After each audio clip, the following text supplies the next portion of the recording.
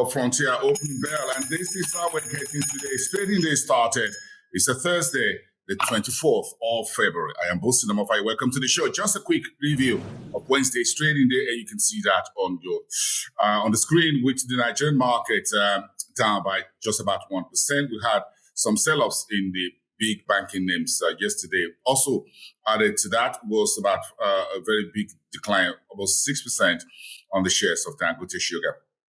The Ivorian market went much better, 65 basis points, beating the rest of the big exchanges within the West Coast. In East Africa, the Nairobi Bulls went down very sharply, nearly 2%. The GSE fell 0.88%, and the Egyptian market also down by 0.61%. Now the news is out. The cat is out of the bag. Russia has militarily invaded the Ukraine from 3 fronts, and that is sending oil prices and market into jitters. Overnight, we saw the price of crude oil at $100 a barrel for the first time since 2014. Let's get a bit of the East African market in news for you as we start today's trading day on Thursday. The central bank in Kenya has revealed the new national payment system yesterday. That 5-year plan, we're going to unpack that in the days ahead. Safaricom, which is the largest telco, says it's setting up a 100 million data center in Ethiopia. That is putting another big investment on the back of the licensing that Safaricom and the consortium got last year to do business in neighboring Ethiopia, the second most populous country on the African continent and one of the largest economy at the Horn of Africa. Uganda's Petroleum Authority has signed a pipeline support deal for the small and medium enterprises in the country, while the Tanzania is reporting exports up about 14.7% last year, but gold exports fell very sharply, 7.2%. Still within the East African place, Merge Exchange on the island of Seychelles says East Avenue has postponed the listing on the exchange until March the 31st. We keep an eye on that listing. It's going to be another opening bell for that company on the Merge Exchange. Now come with me to West Africa, where Union Bank of Nigeria has just announced that it's selling off 100% of its equity stake in its subsidiary in the United Kingdom. And in neighboring Ghana, the Green Exchange is being set up by 2 entrepreneurs outside the African continent who are looking to set up a specialized exchange to warehouse all the green bond issuance within the African continent, including Nigeria. It's a new horizon, and we'll give you details as we move on. Get a whole lot more into how this will impact and why they choose Ghana as the point of destination.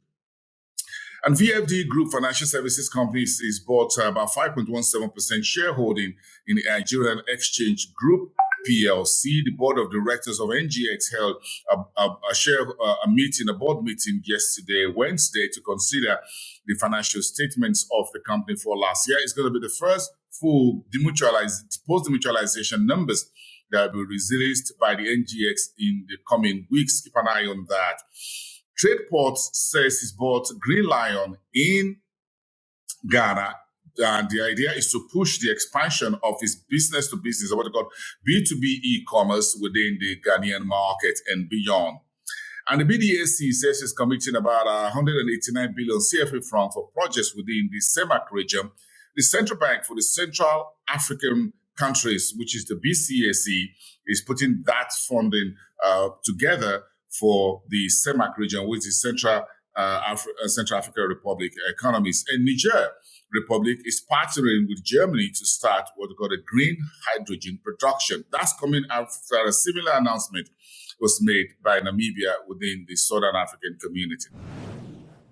So we'll go to South Africa, where yesterday, Enoch Godongwana, the finance minister, revealed the budget for the next 3 years for Africa's second most advanced economy. The same tax for those who are smoking cigars and cigarettes and alcohol will see an increase in tax on those products between 4.5% and 6.5%. Income tax will be for those who earn above certain level of 164,000 rand. company income tax will not be raised this year until next year, and it's just going to go just about a notch or two higher. The details are there. The GDP for last year was revised down from about 5% to about 4.8%. The GDP outlook for this year will be about 2.1%. That's according to the new document, Fiscal Appropriations laid before the Parliament on Wednesday afternoon. Political parties in South Africa are getting lumps of support of money from companies such as Naspers and Harmony Gold. Eskom is looking to in South Africa, Eskom is looking to continue its business and try to stay out of subsidies from the government, and is looking at the distribution of assets as a way of staying afloat and remaining in business. And Zimbabwe is targeting $12 billion in revenue from the mining sector by the year 2023. Okay, North Africa, where we're just stepping into for the to wrap up the show this morning. The House of Representatives in the North African country has okayed the amendments made to the Capital Markets Act. We'll get more details of that as well.